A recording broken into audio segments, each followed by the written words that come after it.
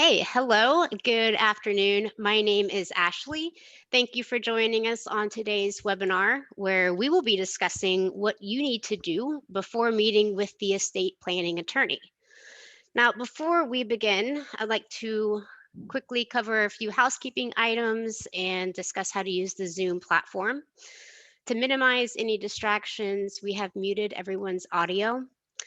The way today has been set up, we would like to keep this as interactive as possible. So as our presenter is speaking, feel free to send us your questions and we will try to address them as we go along today.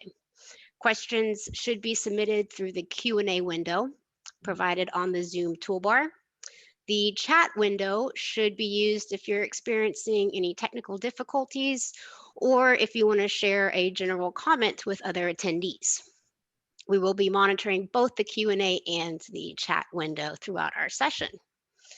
We are also recording today's webinar and we will email you a copy of the recording and materials. Now, speaking of materials, in our registration email, we strongly encouraged all of you to do a little homework assignment. We asked you to download our estate planning questionnaire and fill that out because we will be referencing that several times throughout the program. But if you did not, I have submitted the link for you in the chat window. I would suggest that you download the PDF version. I feel it's just easier to complete it and save that to your computer. Finally, if you wouldn't mind leaving us your feedback, let us know how we did by completing a brief survey that will appear on your screen when you leave the webinar. All right, moving on along, I'm happy to introduce today's speaker, attorney Kim Christian. Kim is a partner here at Russo Law Group. She's been with the firm for 15 years and has assisted hundreds of clients along the way. So I think that makes her the perfect presenter for today's topic. I assume she's done a few of these planning meetings in her time. So now we're going to turn off our webcams and turn our attentions to the slide and to you, Ms. Christian. The floor is all yours.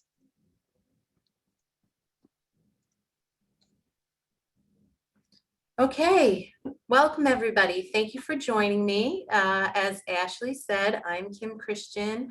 I'm a partner here at Russo Law Group. I am a planning attorney, so this topic is very appropriate for presentation. So what we will cover today, I'm going to break it down into three parts: organizing personal information, collecting asset information, and gathering existing estate planning documents. I feel that all of these components are critical to having a productive meeting with your estate planner. So we'll start with organizing your personal information.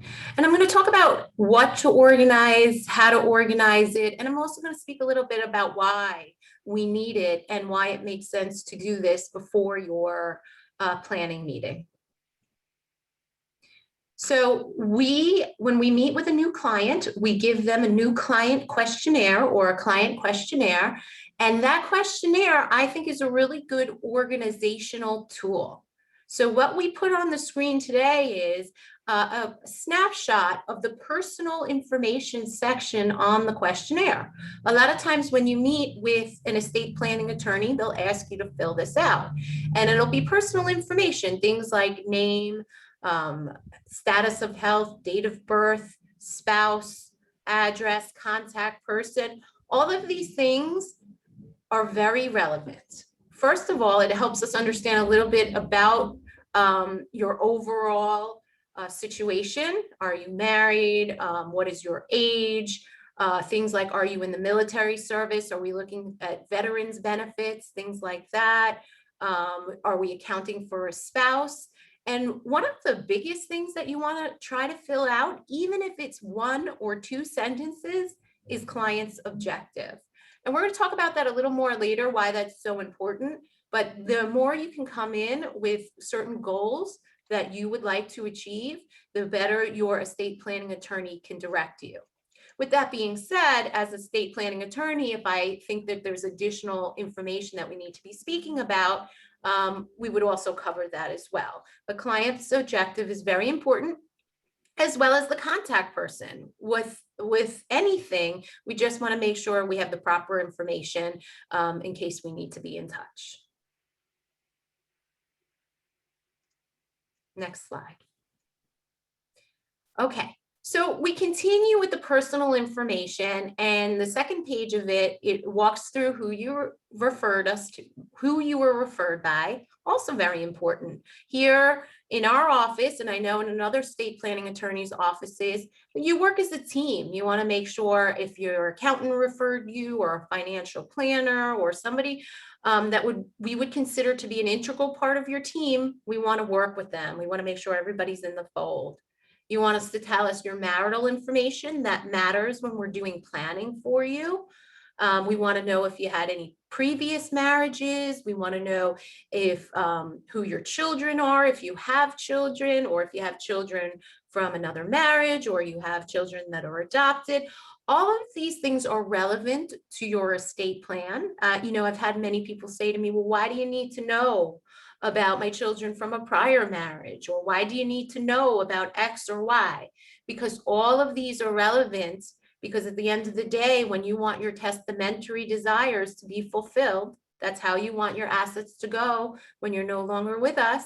We have to make sure we address every component of what shapes your personal situation. And of course, we want to know about any family members that you're thinking of including, your children, your grandchildren, or excluding. It's all relevant to the big picture. All right, so before we get to collecting asset information, I just want to recap on the personal side of things. So when you're filling out the questionnaire, you just want to make sure that you fill it out to the best of your abilities. The more you can tell us, the more information we have to work with, and the more we can generate a focused plan for you that addresses any and all issues.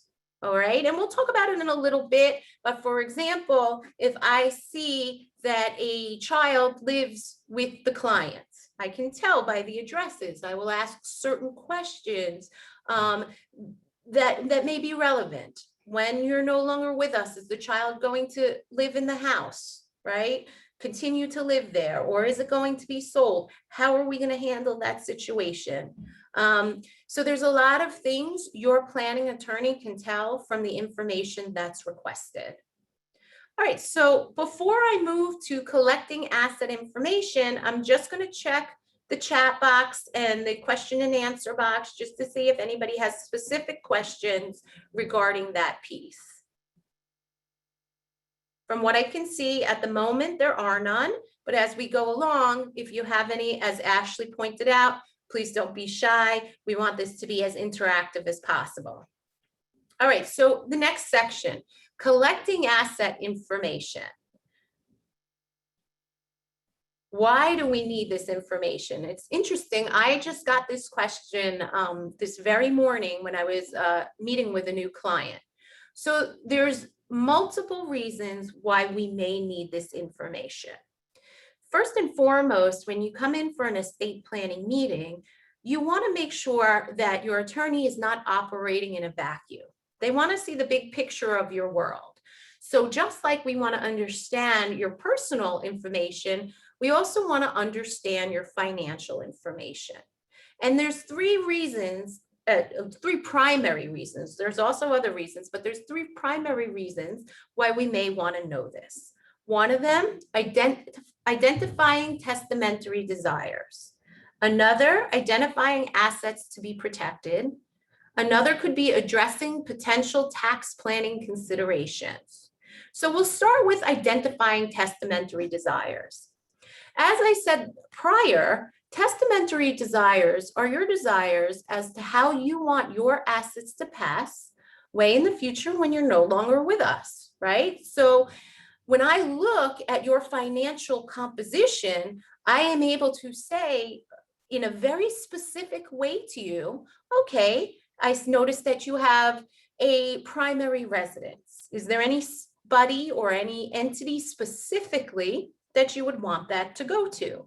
My example of the child who has been living with the parent, even as an adult, is an example of why I would want to understand about a person's primary residence or additional real estate that they may have, right? So we want to identify how things would go. If I have a bank account, if I have a life insurance policy, if I have a brokerage account, there may be different desires to have different assets go in different ways to different people. And when I look at these assets, I'm able to guide you and ask the appropriate questions so that we may make sure that your desires are fulfilled at the end of your life. One of the second reasons why we want to have asset information is we want to identify assets to be protected. And then someone will say, well, protected from whom or what?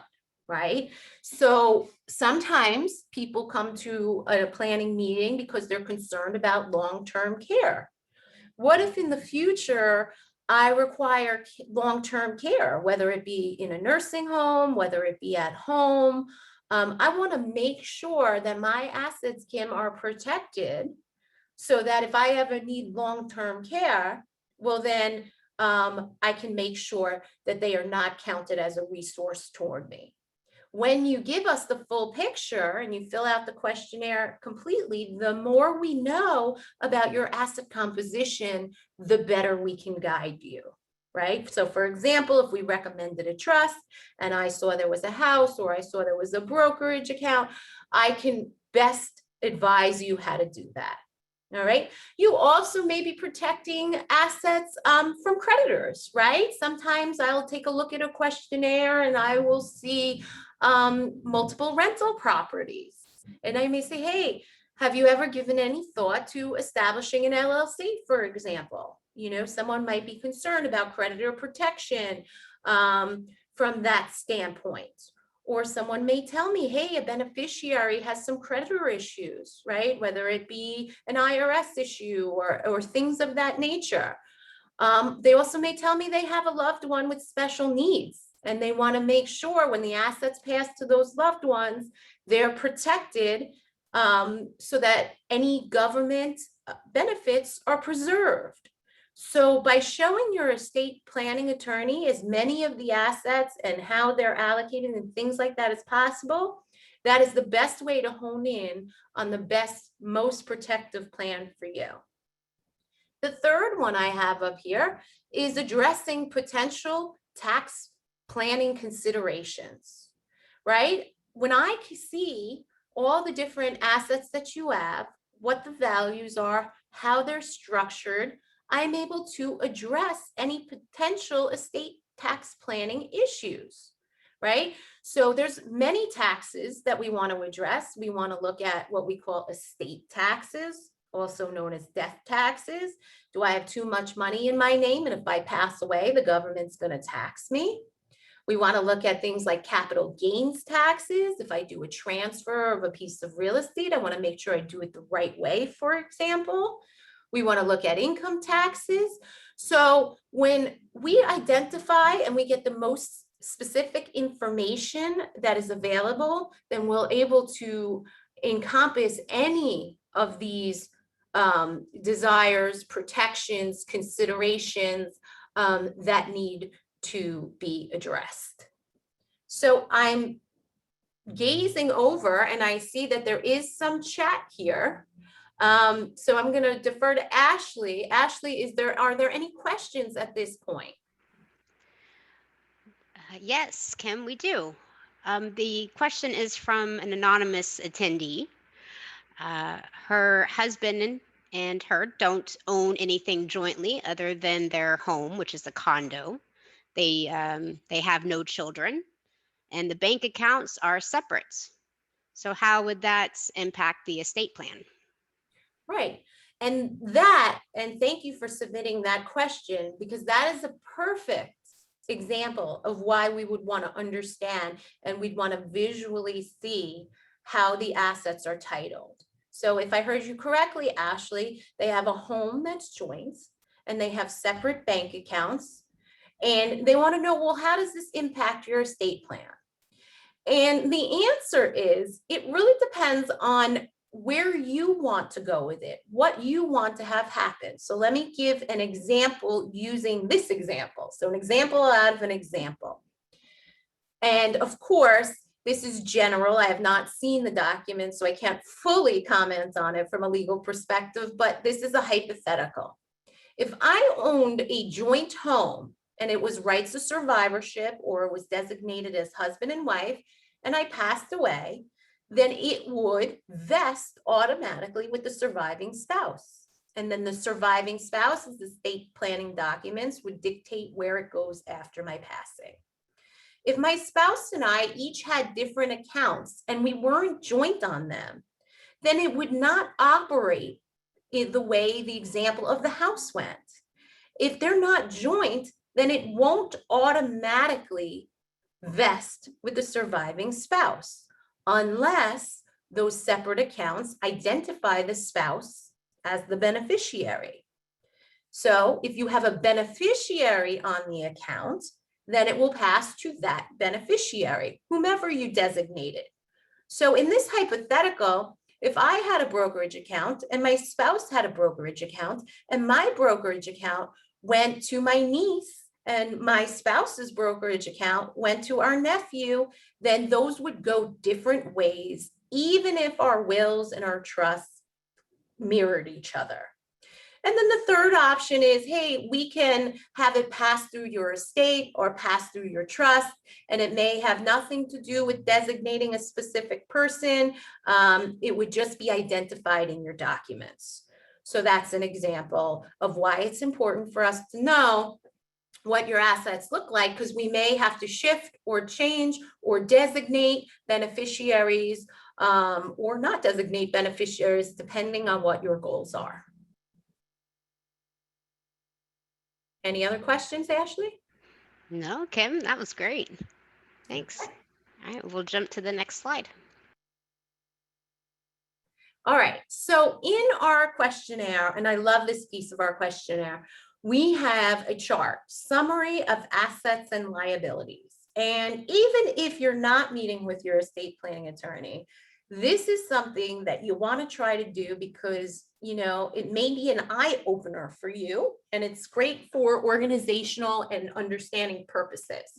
So if you look at the chart, and this one in particular, we made it someone who has a partner or has a spouse. It's a joint kind of situation. But you also, if you are a single individual, we have another chart for that as well. But what it does is it really gives you the opportunity to break things down asset by asset and value by value. So let me use the real estate, for example. Let's say I am the client and my husband is the spouse, right? So you designate who is going to be who, right? And my initials are Casey and his initials are AC. So for clarity purposes, maybe I'll put the initial up there, right? And I go to the first line and it says real estate. Well, I know that my deed is not in my name alone and it's not in his name alone, but it is joint. So what I would do is I'd put the value of what the real estate looked like in the joint column. So hypothetically speaking, it was worth, $100,000. I would put $100,000 there and I'd carry it over to the total all the way on the right. Because what ultimately will happen if you look linear down the page, it'll first tell me what's in the client's name. It'll then tell me what's in the spouse's name, what's held jointly, but also very important, it'll tell me what the total estate is worth. And that brings me back to, for example, estate tax planning or healthcare planning. All of these things are relevant.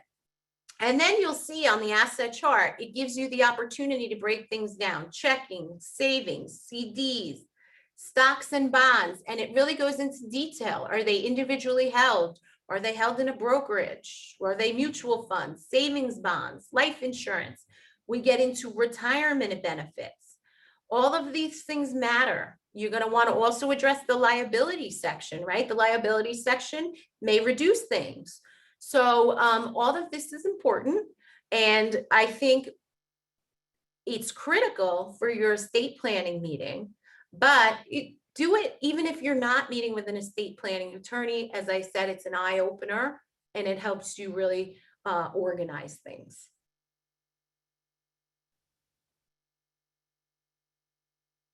All right, so I'm looking at the chat and I see one question before I move on. So does a will have to be done by a lawyer, or can you just draw one up yourself and have a witness sign it? That's a very good question, and that's a common question. Okay, so I'm going to give you the legal answer, and then I'm going to give you what I call the real world answer. So does a will technically have to be done by a lawyer? The answer is no, you don't have to use a lawyer. But the most appropriate answer is you do want to use someone like a lawyer who is qualified in this profession, because a will is simply not just a piece of paper that you write things out on. Number one, there's a statute and certain rules under the state law that you live in must be followed, or it may be considered invalid at the end of your life. So you don't want to take that chance of inadvertently having a document prepared that doesn't hold up in the state that you live in. That's number one. Number two, a will is in some respects complicated, right? There's things when I have clients come meet me, they say, oh my, I didn't even think of that. Right? So protecting future legacies, making sure things go the way you want to go. So my recommendation is you do not embark on this without seeking someone who is knowledgeable in this field. I recommend going to an estate planning attorney. Okay. So with that being said, I'm going to move on to gathering existing estate planning documents. So it's also really good practice when you're going to meet with an estate planning attorney to bring your existing estate planning documents. What is that? Why? What is that? Why is it relevant? All right, so it's relevant because number one, you may have what I call a foundation already in place. And I know in our office, we don't recommend things unless you need them. So we'll take a look at your existing legal documents. We'll share with you, we'll refresh your recollection as to what they say, who you picked. You'd be surprised. I will say, I don't know if you recall this, but someone who's going to assist you with your healthcare agents is this person or that person, and they'll say, wow, I haven't spoken to that person in 20 years, or unfortunately that person isn't with us anymore, or that's not what I wanted. Now things have changed because my life has changed. So you always, like the doctor, you go for a checkup. You, with your estate planning attorney, you want to go for a checkup as well. You want to bring, if you have a last will and testament, your will. If you have any trust documents, you want to bring those too. If you have any existing advance directives are documents that you sign in advance that say, hey, if I need assistance with my finances, I nominate the following individual or individuals, or if I need assistance with my health care, I nominate the following individual or individuals. You want to bring those in. You want to make sure those are the people that you want to represent you in the case that you can't do it yourself. You want to bring in any deeds, any real estate bills, any stock certificates for co-ops, for example, any financial account statements, beneficiary designations of life insurance policies, or frankly, any policies, retirement beneficiary designation forms, your tax returns. And of course, if you have a long-term care insurance policy, you want to bring those in as well. Long-term care insurance policies can be a critical component to your healthcare planning. So your estate planning planning attorney will also need to review that, make sure the daily rate is what you think it is, make sure it covers what you want it to cover, and what can we do, if anything, to update, tweak, change, whatever it is, any of the documents, existing planning documents that you have. So before we go on to the next slide, I see a question. Why doesn't estate planning docs include 529 education accounts? That's a good question. It's not that they don't include 529 education accounts. Many of my clients' estate plan addresses 529 education accounts. 529 education accounts, for those of you who don't know, they're called 529 plans. And those are plans you can set up for an individual, and you can put it in a specific account and it can be used for their education in the future. You don't have to necessarily put it in your documents if there's a designated individual who that is for. It will pass through your estate, however it's designated. With that being said, I agree with the attendee that it certainly must be addressed as part of your estate plan, because that is considered one of your assets until it's used toward the education. Okay, next slide. All right. So one of the other reasons I like for my clients to pull out or to bring or to gather their existing estate planning documents is because I want to run through what we call an estate planning checklist. And once you have those documents in front of you, it makes this checklist exponentially easier to navigate. So for example, does your estate plan meet your current desires as stated in your will? Well, that's when you're going to open your will and you're going to review it and you're going to see, how did I leave things? Does this make sense? Is this still what I want? And if you check yes, your estate planning attorney is going to review it with you just in case to make sure you didn't miss anything. But if you check no, we're certainly going to focus in on that area and understand why the answer is no and what sort of adjustments do we need to make so that the will ultimately addresses what your wishes are. You want to name the right people as agents under the power of attorney, the healthcare proxy, certainly the guardian of your children. You know, I've had clients readdress these things and say, hey, you know what? This person is not the person I want handling my finances anymore. Or my children are over 18 now. You know, I'd like to address, move on. I'd rather have them have a trustee for a certain age when they can get money outright, things like that. Executors, trustees, you want to make sure that you're picking the right person or the right entity. You want to be confident that they're carrying out your wishes. You want to always take into consideration any special medical or educational needs of a family member or a loved one. You want to provide for long-term care protection for you, your spouse, your partner, or a loved one.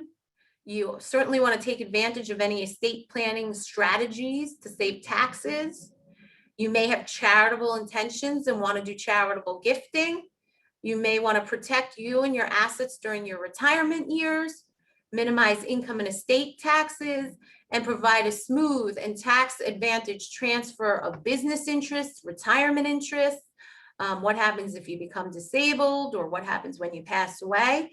So this is a straightforward yes or no question that, again, will give your estate planning attorney a specific jumping off point to help guide in this process. So I would say to myself, if I was meeting with an estate planning attorney, my threshold question would be, do I have an estate plan? And it's yes or no. And yes, it may be a few documents here, a few documents there. Okay, so that's the threshold question. You probably could answer yes, you have something. Some people certainly might answer no. I know this is not always a topic that people like to confront. And if you answer yes to the question, then you ask yourself the next question. First question, do you have an estate plan? Yes or no? Second question, if so, what does it cover? And you can list in your mind what it covers, which will then lead you to what do I think maybe I'm missing, or what am I going to ask my estate planning attorney? What, if anything, am I missing? So that's a sort of a practical way of approaching your estate planning meeting. All right, I see I have some questions on here. Okay, so I have a question from Jay and Marie on the financial power of attorney. Twice the financial institution indicated we would not accept it. They had their own documents. This was a bank and one of the country's largest brokerage firms. Comments? Sure, I'm happy to comment on that. So when there's a financial institution, a lot of them, and this is again going to be a legal answer and a practical answer. So the legal answer, and I would have to certainly hear more specifics about this, so I don't know this specific financial institution, etc. But in general, if you completed a durable power of attorney and it was executed properly under the state law, and it met all the requirements, the financial institution is incorrect when they say they cannot accept it. Now, the practical answer to this is some financial institutions are more comfortable with their own power of attorney. So you may wish to execute it at this particular financial institution.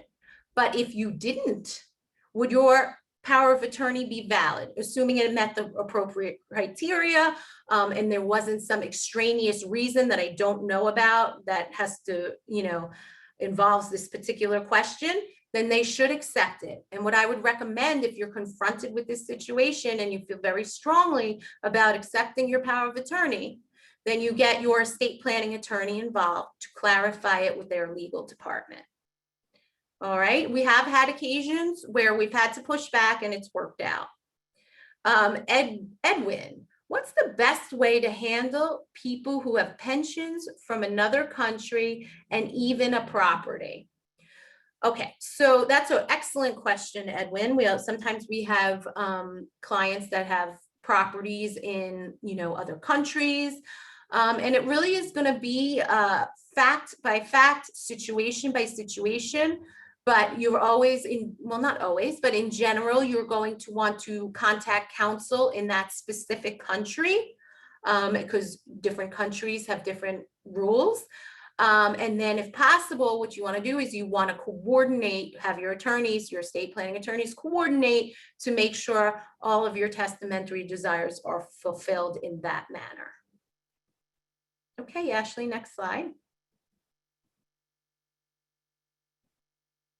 Okay, so I think we have sufficiently covered the three topics that I wanted to address. What do you need to do before meeting with your estate planning attorney? My answer to that question is be prepared as possible, right? Because the more you're prepared, the more you can expect to get in return from your estate planning meeting. Now, if you are just a person who, I just am not going to get to it, does that mean I should not go see my estate planning attorney? No, you should see your estate planning attorney anyway, and they will help you address all of these things. But if you are able to do any of this, I think it would, benefit and help the meeting exponentially. So you want to organize your personal information. There's reasons your estate planner wants to know these things. You want to collect your asset information to the best you can. And of course, you want to provide and gather your existing estate planning documents. All of these things, when you put them together, make for a dynamite planning meeting. You'll leave with an action plan. You'll know exactly what you need to do. And then you can rest comfortably knowing, have some peace of mind that your estate plan is in place. You put it aside and, you can feel very good about it. So that is, I think, the conclusion. If anybody has any questions, I'm happy to address them. Does Kim handle trusts, or would that be another attorney in the group? Thanks for the question.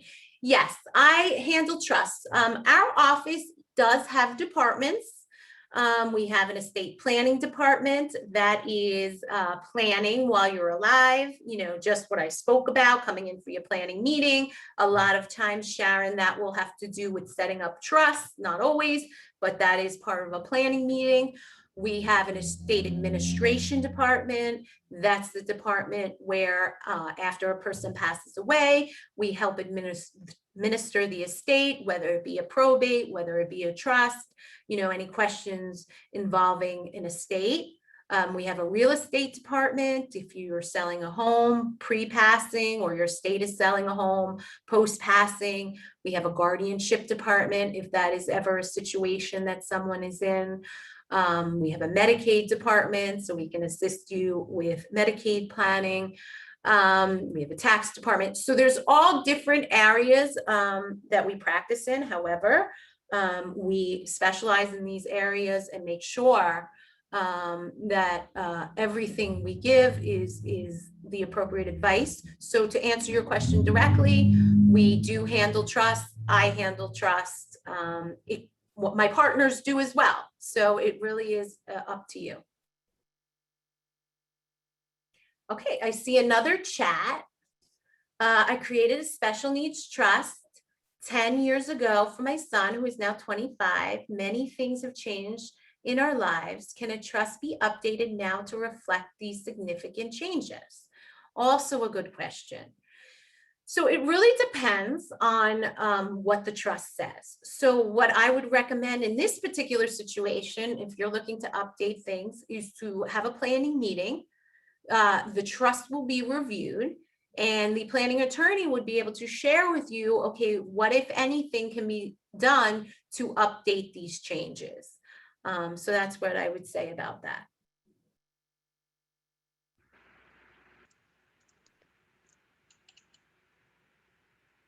Oh, Kim, I think we just got another question in the Q&A box. I'll jump back. Okay.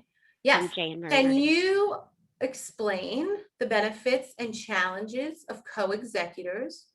Our present will has our son as executor, but thought about adding our second daughter. Our first daughter lives out of state. All right. It really, and I always say this to my clients who, and in this specific example, they're talking about their son and their daughter. And I always say, well, you essentially will know your children the best. So if there's dynamics that you want to share with me, I'm able to guide you with those specific dynamics. But in a general sense, if you have a executor and you don't have a co-executor, then that executor will carry out the intentions in your last will and testament, right? They will have to follow what the terms say, and they will be the one who's handling the petition with the surrogates court, carrying out everything that needs to be done to make sure that your assets go the way you want when you're not with us anymore. However, if you have co-trustees, then what would be a benefit I could see from that? Well, there's a team approach, right? So a lot of our loved ones are busy and things go on, and it may be nice for that person to have someone else who can also assist with the administration of the estate, right? It also may be nice to have someone to bounce things off of, to feel comfortable. You know what, we're handling this right. This is going well. Of course, your attorney will guide you as well. So those are some benefits.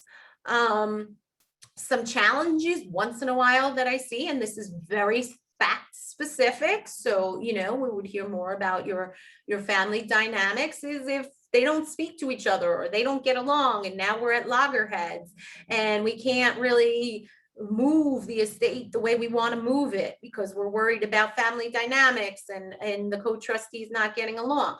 So are the co-executors. So it really is a fact by fact situation, but there, are pros and cons to both. I don't think that there's a right answer. Okay, I got another question. Does a trustee have to be family? If other, do they have to be paid? Okay, so the trustee is the fiduciary, or what I would call the gatekeeper of the trust, right? And they're the person who's going to manage the trust and carry the terms of the trust out. Does the trustee have to be family? No, there's no requirement that your trustee be a family member. Some people feel comfortable with that. Others say, hey, no, it doesn't make sense. I prefer an independent trustee, a professional, whatever the case may be. Do they have to be paid? Well, a family member, in general, when I have clients appoint family members as trustees, we'll walk through whether the client wants to give them a commission or not. Oftentimes, though, when you engage a professional trustee, then they will require compensation or commission for their services. So before you elect to have a professional trustee, you want to just do your due diligence. You want to ask them questions about their fee structure. What kind of commission do they take? Do they charge separately for advice? Things of that nature. So in general, professional will likely get paid. When it's a family member, you have the opportunity to discuss that with your estate planning attorney. Okay, Kim, I don't see any further questions at the moment, so let me jump in here and I'll wrap up with a few closing statements and then we can circle back around if we've got a question or two afterwards. So what makes our firm different? Well, our experience is what really sets our law firm apart from the rest. That, and we have attorneys like Kim Christian who really do care about their clients. We've served over 17,000 families in New York City and Long Island, and we are ranked as a best law firm by the U.S. News.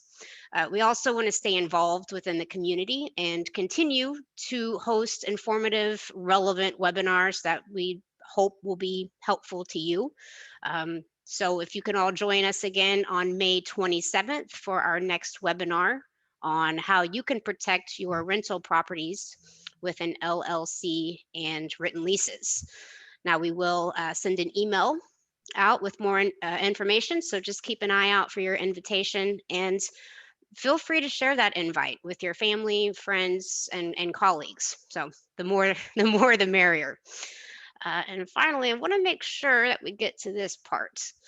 If you need help with your estate plan, please contact us for the planning meeting. Those of you on today's webinar will receive an email from us offering an exclusive discount for $100 off of your planning meeting. Or don't wait for the email.